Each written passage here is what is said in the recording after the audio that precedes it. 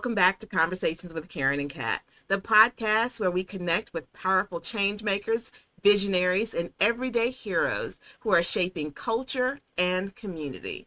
Today, we are joined by Bobby Howard, a former NFL player and a Sigma with Tampa Bay Buccaneers.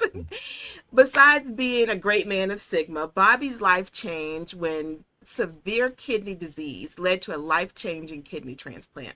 The second chance at life became his call to action.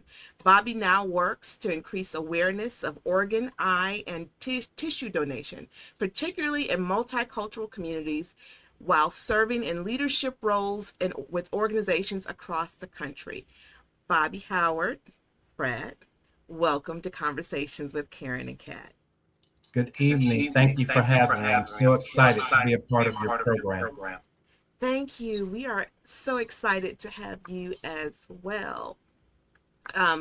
When we read the information about the work that you do, I was so excited to talk to you about as being an organ transplant recipient.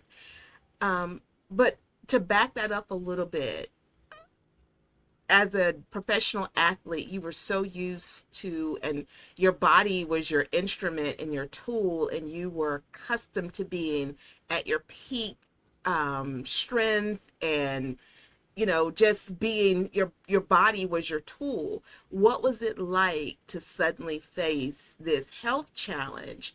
You know, did you feel like your body was betraying you when this was going on? Well, and that's a great question. I didn't feel that my body was betraying me. I was shocked because I was so young. And I thought that dialysis and kidney failure only affected people who were older.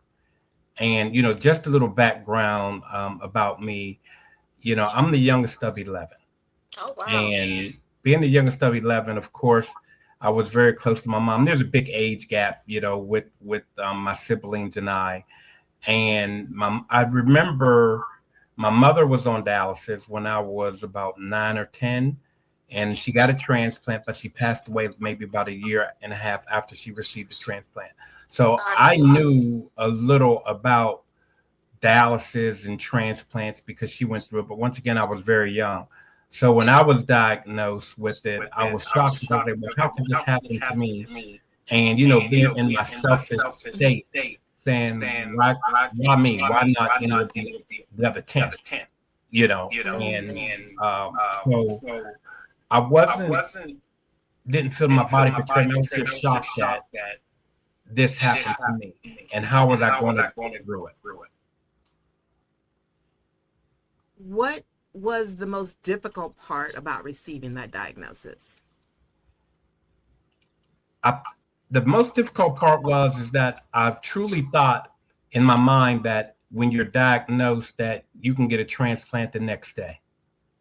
So I was shocked that I had to go on dialysis. I was informed about the waiting list, and that was the shocking part to me. And, I just figured, I said, if I have to deal with this, I have to do my part and live the best life that I can. I want to beat it and it not beat me. So that was the attitude that I took. Praise God. I'm glad that you had that attitude. You take charge of it and it not take charge of you.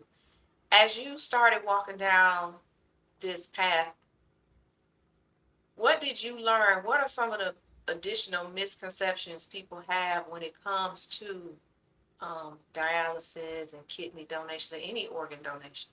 Well, I find the biggest myth that people have, specifically about dialysis, is that your life is over. Once you start dialysis, is that, especially if you do in-center dialysis, that life is over, that you're always going to be tired. You're not going to be able to do this. You can't eat this, and that your life is just going to waste away being on dialysis. And that's not true. And I believe that if you follow the instructions that you are given, and you make sure you maintain a healthy appetite, because a lot of things that we are used to eating in the Black community you can't have a lot of those things on dialysis. Wait a minute, I can't have my fried chicken and watermelon? I'm just No, playing. ma'am. Stop Well, it, Kevin. let me give you an example. When you're on dialysis, you can only drink 32 ounces of liquid a day. Say that again. You can Who? only have 32 ounces of liquid a day. So that includes your watermelon because that's liquid. So if I eat watermelon, that's going to take away from my water intake. Mm. And because your kidneys aren't functioning normally the way that they should, the fluid you take in, and a lot of people lose that they lose that system of using the restroom to urinate. So that fluid has nowhere to go. So it stays in your body. So if you maintain a low impact on your fluid, that have you better results being on dialysis. Instant dialysis. Wow. So you spoke a little bit about diet and African Americans. Is there a disparity between how dialysis impacts persons of color, black people, and non-black people? Yes. Can It's you a talk about big that? disparity. When you look at high blood pressure and diabetes, those are the two leading causes of kidney failure in the black community. And a lot of those, and let me add, lack of exercise, obesity, all those things fall into that category. So when you look at historically the diet of black people, it's a lot of fried foods. And and of course, with diabetes, a lot of folks don't take care of it. Oh, it's going to go away. With high blood pressure, I don't want to take any pills because it's going to have things adverse effect on something else in my body. So when you do not follow those instructions, it's going to lead to either kidney failure, heart failure, or you're going to die if you don't do those things. So you were an NFL athlete in its prime when you had kidney failure. Was there a genetic component to yours? Because I'm sure it wasn't the way you were eating. Absolutely. Mine was more genetically because of my mother. And for example, now in my family, I have another brother who's on dialysis. I have a niece who was on dialysis. She received a transplant. I have another niece who passed away on dialysis, and I have a great nephew who was on dialysis. So there is there are some studies going on, and it's called APOL1. It's a gene that you can test to see for African Americans that if you carry that gene, you're more likely to have kidney failure. Say it again. It's AP what? APOL1. Wow. And that's a study? Yep. There's a lot of testing going on, and they're studying and doing research to see, if you carry that gene, that you are have the high possibility of having kidney failure. So, would you advise anyone listening or watching this program right now, this podcast right now, that has one or more family members that have had kidney failure, kidney disease, to get tested for this gene, or are we not at the point where you can test for the gene? Oh yeah, you can test for it. Yeah, you can test for it. I would advise that. I would also advise following. Making sure you do your routine physicals with your primary care physician every year. That you make sure that in your blood work, that you and most people don't know because they never look at it until something happened, is to make sure your creatinine level is where it should be. That's a big trigger sign for kidney failure. And your BUN. Those are two things that they always test for when they do your blood work, but they may not never give you a result because if you don't, if your number is stable, there's no need to tell you, they don't tell you that until it's high. So again, you're looking for the creatinine level. And your BUN. BUN. Now, what does that stand for? Because I've never heard of that. I'm not sure what it stands for. Okay. All right. Let's We're going look to find that it up. out before we leave Look, off this. we like to have some your BUN ranges. It says we just Googled it, y'all, but it says blood, urea, nitrogen test measures. So that's what that says, family. Make sure y'all Google that and look that up. That's some good stuff. Let me ask you this. Do you know what the stats are like in Gwinnett County? And Well, they don't do well. I shouldn't say they don't do. I haven't found or done anything to specifically look at Gwinnett, mm-hmm, but I can tell you that if you are African American, you are at risk to have kidney disease. And I mm, can tell you with chronic kidney disease, Georgia's probably number two or number three in the country with the number of people in the state with chronic kidney disease. And chronic kidney disease left untreated leads to end stage renal disease, which you're going to have to either be on dialysis or have a transplant. So, with those numbers being very high, and I think the last time that I looked, Georgia was over 400,000 people with chronic kidney disease mm. that was diagnosed. Right. So, a lot of times when you hear about people passing away just unexpectedly, sometimes that's a cause of untreated high blood pressure and diabetes, which led to kidney failure. Like when you look at that BUN where you had the U stood out for me because the uremic. That basically means that you have a urema, which is basically urine within your bloodstream, Mm. which And that's means never your good. kidneys, yeah, that's not good, which Mm. means your kidneys wasn't filtering the urine out. So, like I said, it had nowhere to go. And that's a part that, so a lot of times people die and you never know that they had chronic kidney disease or end stage renal disease because they didn't go to the hospital. So, Bobby, what were some of the symptoms that you had that alerted your doctors that you were in kidney failure or you had Well, kidney disease? the symptoms that I had, they didn't alert my doctor. Mine was what they call acute. It came on all at once. Mm. But I remember I had very foamy urine. It was like a head of beer. When I went to the restroom, it was like a head of beer. Wow. But I didn't know, so I just kept going to the restroom. Right. I remember I had swelling in my ankles. I would have night sweats. I would wake up at night and, I'd have to get up, change sheets, sleep on the other side of the bed because I had sweated so much. So when mine came on, I had those symptoms for about a week. When I went to the hospital because I said, okay, I have to go. This isn't right. Right. And they said, well, you have kidney disease Mm. and you have to start dialysis. And they said, well, did this happen? I said, oh, yeah, I had that. Where you said, oh, I had that. They start naming things. I said, oh, I had that. But nobody tells you. I didn't know. So I didn't know that those were things that were wrong. Those were indicators. And there was no immediate thought process that you were linked to your mom. Like Yes. That hereditary didn't even click.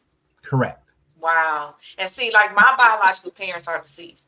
So that's the one thing about not having that. You have to look at maybe your aunts or your uncles or something like that.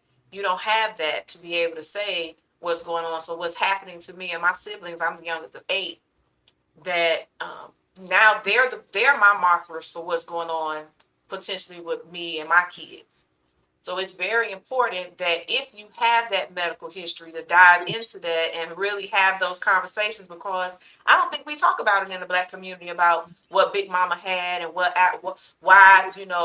Pop Paul was limping and how so and so lost their toe or was amputated. Nobody really sit down and talk about that. What do you think about that, Bobby? Oh no, I'm nodding my head in agreement because those are the things when I do go out. I don't go out in the community as much as I used to, but going out in the community, those are things that I talk about. Is that we don't have those kind of conversations. We don't have conversations of when someone passes away in their sleep and they're 42 years old. You shouldn't pass away in your sleep at 42 years old. Right. Something caused you to pass away.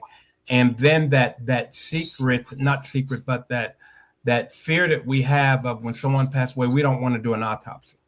I tell folks, if someone dies, do the autopsy so you can find out and have discussions with the family about what happened, because that may be something hereditary that you can say from your children or yourself if your family member had something. So having those discussions about healthcare is very important. That we have to do a better job.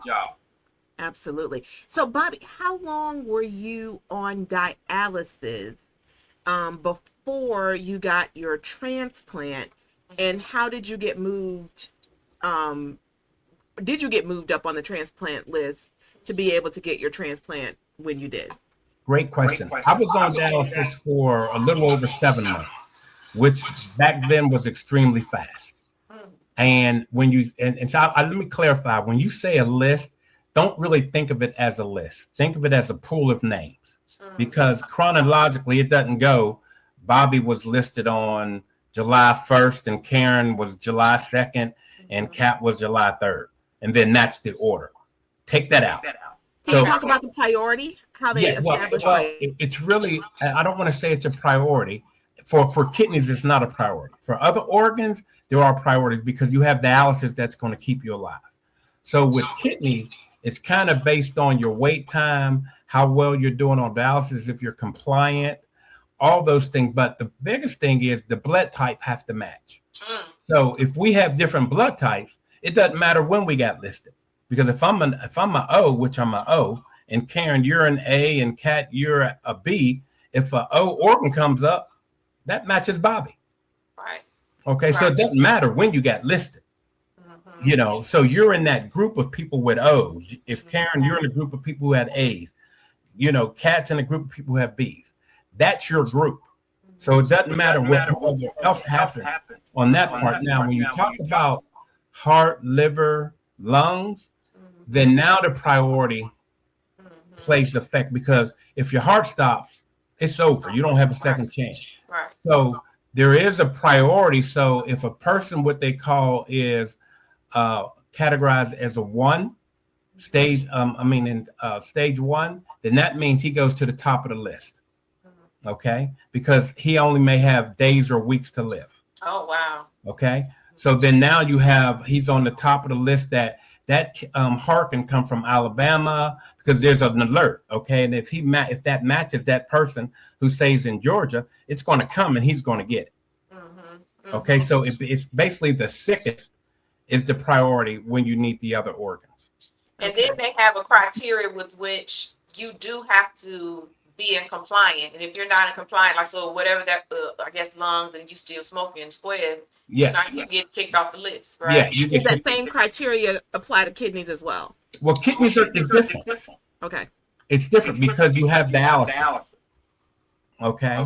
So because now, for example, if you smoke when you have kidney failure, your smoking didn't cause the kidney disease. But if you have lungs and you smoke, that's where the lungs, that smoke on. And so there's a lot of variables, and each organ has their own set of rules of how those things operate. And so do you, in your work over the years, are Black folks staying on dialysis longer than other people? Absolutely. Okay. And why do you think that is? Yeah, why? Part of it is lack of knowledge, lack of knowledge that we don't know. And then there's, from the healthcare side, I believe, is that we're not getting all the proper information to make sure that we're making the best decisions for our healthcare journey. Okay. What do you mean? Like, so if I don't know, you gotta fill me in. I'm confused. Why would us being on dialysis depending on information? We don't know what we need to do to get off the dialysis? Is that what you're saying? Well, we have fear. So, for example, you can have chronic kidney disease at a stage 1. Okay. Now you're not going to get on dialysis till you reach stage 5. So you got 4 stages in between there. So why is it if you get diagnosed at stage 1 in January, in a year you're on dialysis? That shouldn't happen. Right. If you're, so there's information that's missing in that phase. So I believe personally that a lot of, and let's be honest, dialysis is a moneymaker. Yes, it is. It's a moneymaker. And once you're on it, you can't work for most people. Yeah. A lot of folks can't work. They don't work. So they depend on dialysis. And so if you're not working, you're considered disabled, you're on dialysis. That dialysis clinic is making all this money. So what's my incentive to get you off? Oh, wow. And I've known people on dialysis for years. Mm-hmm. That's why when you said you got a transplant in 7 months, that that was surprising to me because I've known um, a good friend of mine years ago. Her brother had lupus, and he had been on dialysis for years. He ended up passing away from complications of the lupus, but he had been on dialysis for years. He went Mm-hmm. like 3 days a week, Mm-hmm. and it was he couldn't work because it was an all day thing. She would Yeah. drop him off in the morning. He would be there until the afternoon. And he'd come home and go to sleep. Yeah, that's all he could do, which is gum because he would be so Wow. tired. Yep. Wow. So Yeah. and is is there a shortage of Black people who are donating to be transplant, for folks to be recipients? Get out my head. That's why I do. That's why I do the work that I do, and that's why I got started in doing this work. And in my journey of being on dialysis, I learned so much about dialysis. I learned so much of a lot of things about why I couldn't get my transplant the same day I was diagnosed. And especially when you look at kidneys, your best possible match may come from someone in your same ethnic background, which means if you're African American, your best match may come from another African American. Not saying that's solid. Did not know that. Thank you for that nugget. When we don't donate, especially the way that we match kidneys, when we don't donate our organs, we suffer over here on dialysis and pass away. Okay, so with the shortage, and no, I shouldn't say shortage, the lack of African Americans who are willing to donate, that's why I've taken up the cause at working with LifeLink to have the program that I run is to educate our people on the importance of organ donation, but also healthy living. So it's a twofold thing. We don't want you to be on dialysis. We want you to be healthy. But when your life is over, we want you to leave something behind so that somebody who didn't have the opportunity for have their organs to last the way that yours did, you can give them something and leave something behind. So it's a program that is designed and geared to educate African Americans and Hispanics about the importance of being organ donors. So the wait times, especially for kidneys, can come down. For example, the average wait time here in the state of Georgia for an African American is 6 to 8 years for kidney. So you could be on dialysis for 8 years? Yes. Yeah. Mm-hmm. And then when you look at you look at the overall numbers, 74% of the wait list is made up of African Americans here in the state of Georgia, with 97% of that number wait for kidneys alone. And if you look in any predominantly African American neighborhood, there's a dialysis center. Absolutely. There's a dialysis center, and sometimes not just one. Yep. There are some very well-known dialysis centers that are chains, and they set up in Black neighborhoods. Absolutely. So, but Bobby, tell us about how you became affiliated with LifeLink. I know you've been doing this work with them, but how did you become affiliated with them? Well, and very interesting. After I received my transplant, and you got to stay around and have all these visits and everything, appointments. And when I was released to go to work, I told my transplant team, I said, "Okay, I'll see you guys later. You got a doctor in Tampa I can go to." They looked at me like, "What do you mean?" I said, "I don't live here. I was just here visiting and got sick and, decided because I didn't have any family in Tampa. I had some family here. I was going back to Tampa to work. And one of the doctors said, "You don't have a job? You don't?" I said, "No." So maybe about 2 days later, I get a phone call from LifeLink. I didn't know the transplant surgeon and my nephrologist, they both helped start LifeLink.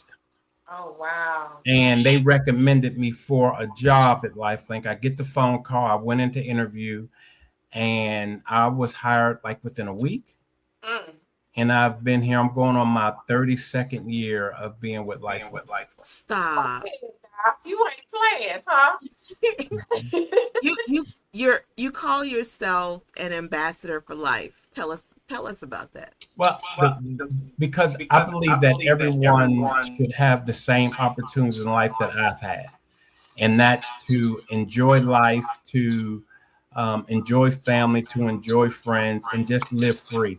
So, any health issue that there is with the focus of donation and transplantation, I just want to give life to people and give people hope that no matter what you may be going through, health wise, that that doesn't have to be the end of all. Is that we have to take the attitude, no matter what diagnosis we get, that we have a fighting chance to win. Amen. And with that fighting chance to win comes in part of that is you have to enjoy your life. Some things have to change, but you still have to enjoy life. So I just wanted to be, someone as an ambassador who speaks positivity about life into those who are suffering health challenges. Amen. Thank you for being obedient to your calling. Because having that at a young age and having these things happen to you, you could have just threw the towel. It's like, I'm just gonna worry about me, myself, and I. But you understood your assignment Yes, and ma'am. followed course. I love that. I have Yeah. one weird question because when I was reading about what can be donated, do you know? Can you speak to the eyes? I didn't know anything about you can donate an eye. What can you Yes. talk to that a little bit? I have no idea what that is. I'm Yeah, interested. there's a lot of folks who suffer from eye disease and not cataract, but and they need eye transplants. Now, it's not the whole eye that's transplanted. It's Mm-hmm. primarily the lens that you have, the cornea transplant, the Mm-hmm. lens that you have that goes to other people, and that's another thing. Of there's so many people who have received cornea transplants. And the big misconception when we talk, say, you're going to take my whole eyeball. What's going to be there when I have a funeral? And a lot of people don't even understand that funeral process is that there are like sort of like I'm gonna call them plastic caps that are placed under your eyes and the clothes to make it seem like you have a eyeball, an eye socket, I mean eyeball in there. So no one will ever know that you donated your eyes if that's what you choose to do. So that's You ain't very gonna need them eyes in heaven. You ain't gonna need them yeah. kidneys in heaven. But telling some of these church folks and work with these church folks, I have a saying, when I speak at churches, I said, it amazes me that we come to church, come to Bible study, read the Bible, and there's so often we say, well, when I get to see Jesus, you're going to do this and all this stuff. But we go kicking and screaming, we go on kicking and screaming.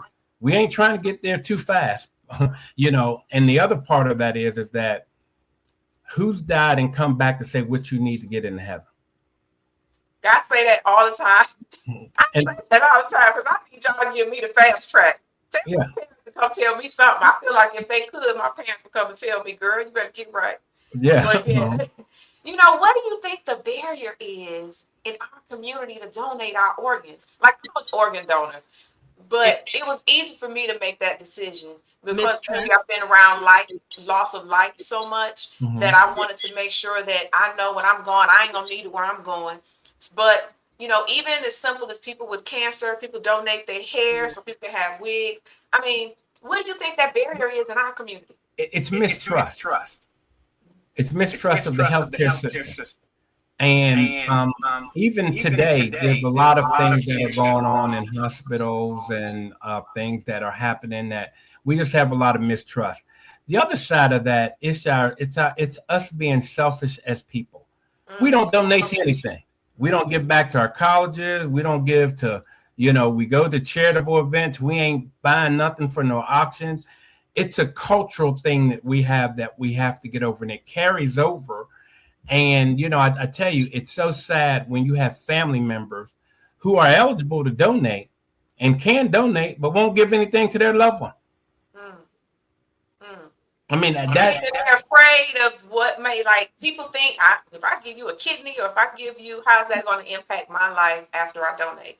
well, I tell you this, it happens a lot, and so if you do donate and something happens to you, you automatically go to the top.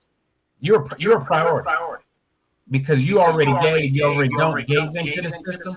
You're a priority, but the testing that they do is testing that's out of the world. They test you from head to toe. They really try to rule you out instead of ruling you in to be eligible to donate. So it's just not like, if you wanted to donate me a kidney, they say, okay, y'all match her, we'll take it tomorrow. Oh, no.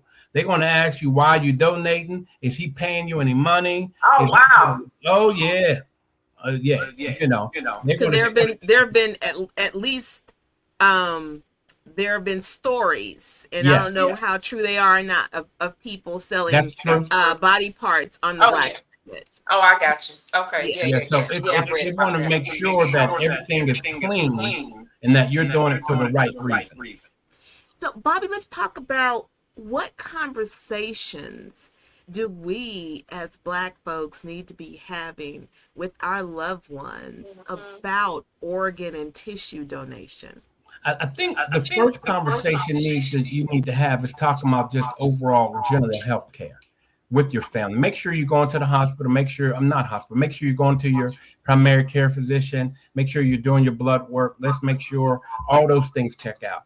Then we need to have that conversation about organ donation. And it's a simple question. Hey, are you an organ donor when they ask? And just and be prepared. Oh, I ain't doing that because they ain't going to kill me to take my organs, and get over those fears that we have, to have the conversation. And I think we don't want to have the conversation because we're in fear of knowing the realities is that when you donate, life is over.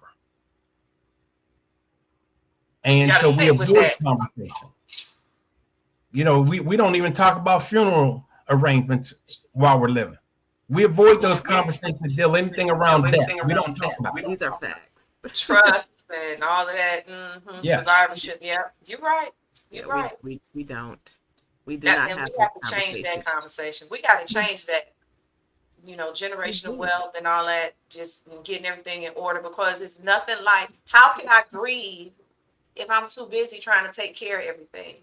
You don't want to talk about putting things in place and sharing with your family that you're an organ donor. I mean, thank you for on your driver's license, but I think, like you saying, Karen and Bobby, to have that conversation at your kitchen table and introduce that conversation maybe for the very first time and have that conversation.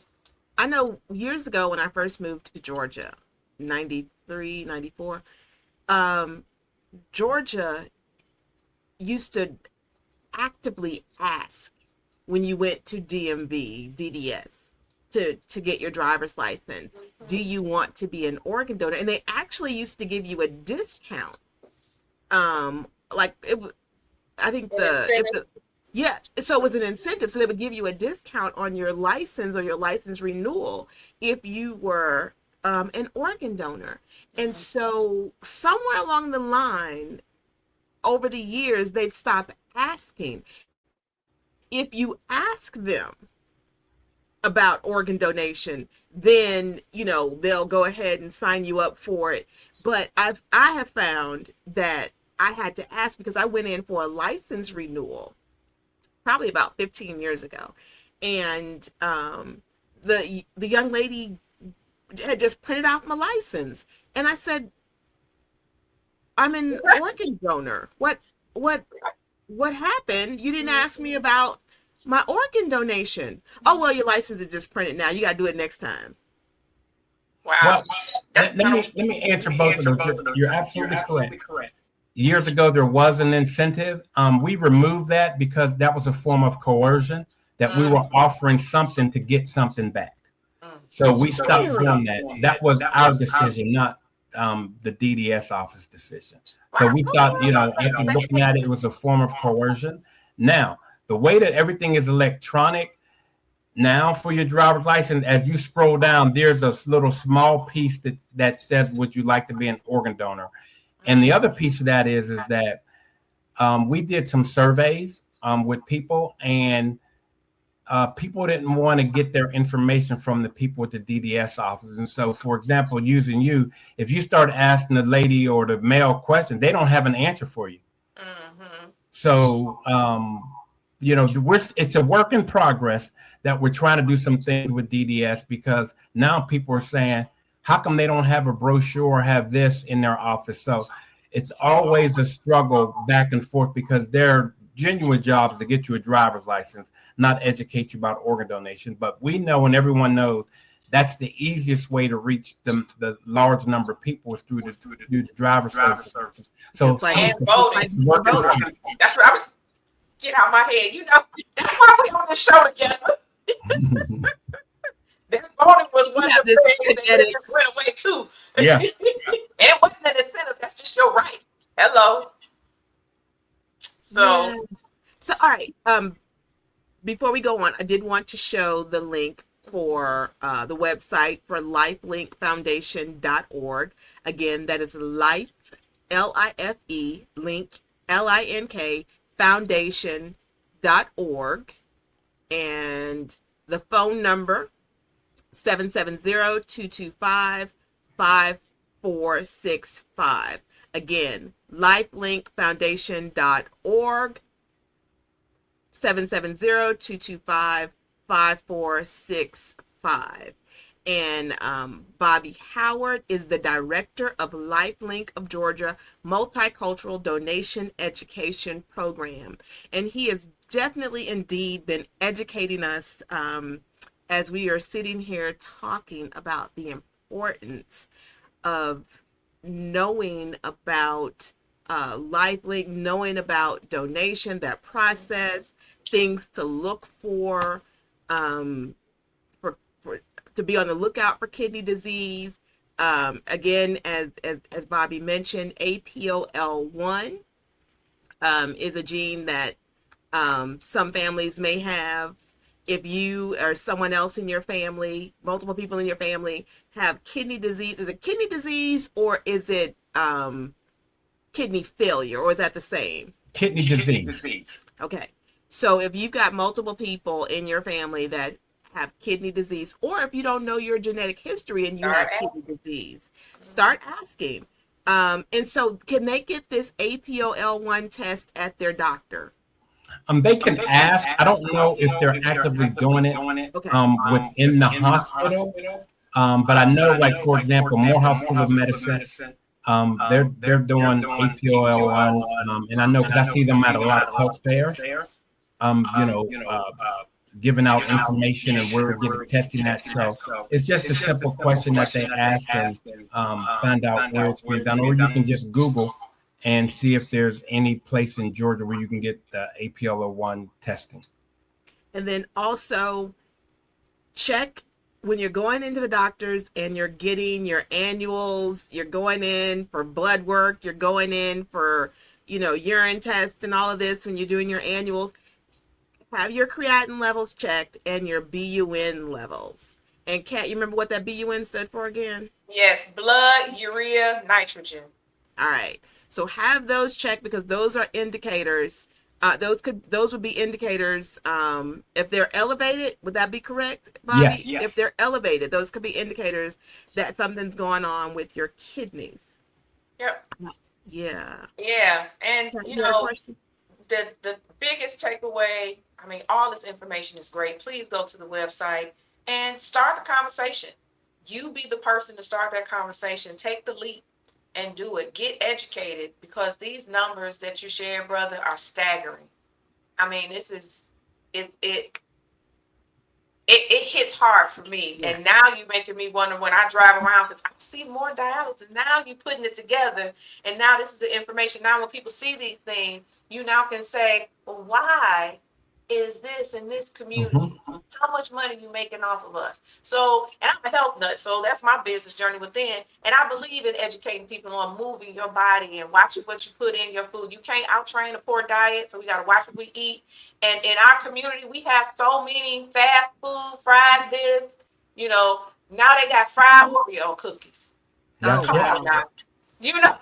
Like, and when yeah, and you putting grapes and candy and freezing it. I'm going, don't get me wrong, people are creative and they doing their thing, but we have to really step back and think about what we putting in our body and how it's going to have a long-term impact because our body's not designed to eat all that stuff, man. And for yeah. some of us, we are exposed because of our genes, because we're African Americans, we're susceptible to certain conditions, metabolic diseases and whatnot. So please, everybody, check out LifeLink.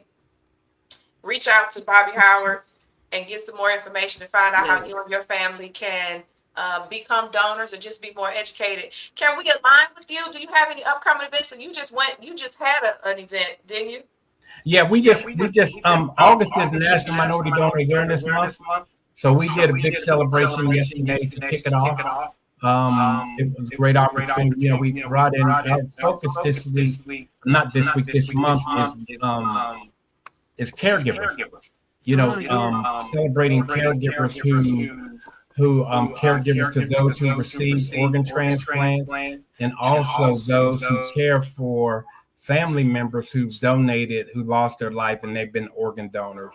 So we're celebrating this month with a lot of events across the state, not our own events, just events that we've partnered with people across the state to raise awareness about organ and tissue donation, give people factual, correct information, answer questions, and give people the opportunity. If you haven't registered when you renewed your driver's license or received a new one, we have the ability to register you right there on the spot. Awesome. That is awesome. Yeah. So we didn't ask this question, but if I have just received a diagnosis that I have kidney failure, kidney disease, what's the first thing I need to do, Bobby? Well, it depends on which stage you're diagnosed in. Okay. Okay. So if you're diagnosed in, let's say, stage one, then you need to make sure you're following all the instructions. That's like changing your diet, drinking more water. If there are things you need to eliminate out of your diet, you need to eliminate them. And, you know, when I share with people, I've had my transplant for so many, you know, over 3 decades now, they say, how did you do it? And I tell them that I followed my diet. You know, I never stopped basically what I call the kidney diet of things that I couldn't have. I just stopped eating them altogether and stayed with it, you know, drinking plenty of water and following, take my medication on time. And here's the interesting statistic. I've been with LifeLink almost 32 years. I've only had seven sick days that I've had to Wow. take for being sick. And And they weren't related to your kidneys? nope, just other little things that, you Other know, things. popped up, but it was nothing kidney related. So, you know, it's truly been a blessing. And, you know, I share with people all the time is that I look at things in phases, is that I had a job to do, my physicians had a job to do, and God had a job to do. If we all work together, everything was going to take care of itself. But I was going to do my part. That's all I can control, was doing my part. Yes. Amen. I love it. You know, so that just helps me jump right into my last question for the show. How do you protect your mental health with all the things that you're doing and the things that you've been through? How do you maintain your mental wellness? I got a therapist. No, that's right. Me too. Look, I, on speed dial. I got a therapist that I talk to once a month. And but I truly believe in self-care as well. You know, I get facials once a month. I get massages once a month. You know, I take time to take care of me. And, you know, it's surprising when I tell a lot of my football friends, they say, oh, can you do this one? I said, no, I gotta take my nap. I take a nap every day. You know, There is nothing wrong with naps. you know, There is, I will find a way naps to take are a nap. so underrated, like for real. And they said, "Wow, you know, you do all this for yourself." And you know, I have a friend in Detroit. She said, "One thing I tell you," she said, "You take care of yourself." I said, "I sure do." I said, "Because I'm the most important person to me." That's right. Look, You've got one body. Yeah, you You've got got one body. You only get one body. You can get some other body parts, but you only get one body. yeah, that's And right. you come around on this big blue marble one time that we know of. So this is your vessel and you have to take care of it. Yeah. Yes, Yes. ma'am. Hang out with your best friends, me, myself, and I, Jesus, the Holy Spirit, and the Lord. Y'all are good. You roll 6 deep. Look, thank you so Awesome. very much, brother. I really appreciate you. You have enlightened me, and I look forward to hearing some more of the great things that you guys will be doing throughout the rest of the year. So make sure you come back to our love seat as our other podcast sisters say, our love seat, and like what Karen says all the time, you have to give love from your saucer and not your cup. And I thank Mm-hmm. you for sharing, being transparent, and talking about what you do to take care of yourself, because those are the nuggets we want to leave to our listeners, because they're not alone. You don't have to suffer in silence. There are resources and support out there for you. So thank you, brother, for all that you do. You're welcome, You're and thank welcome, you and guys thank you for guys having for me. having I me. truly I Thank enjoyed truly it. you. enjoyed it. It has been delightful. To our listeners, we want to remind you to subscribe to Conversations with Karen and Kat on YouTube, Facebook, IG, and wherever you get your podcasts. Remember that you are a part of the conversation. Thank you for joining us on this episode of Conversations with Karen and Kat. Well, we are impacting the world one conversation at a time.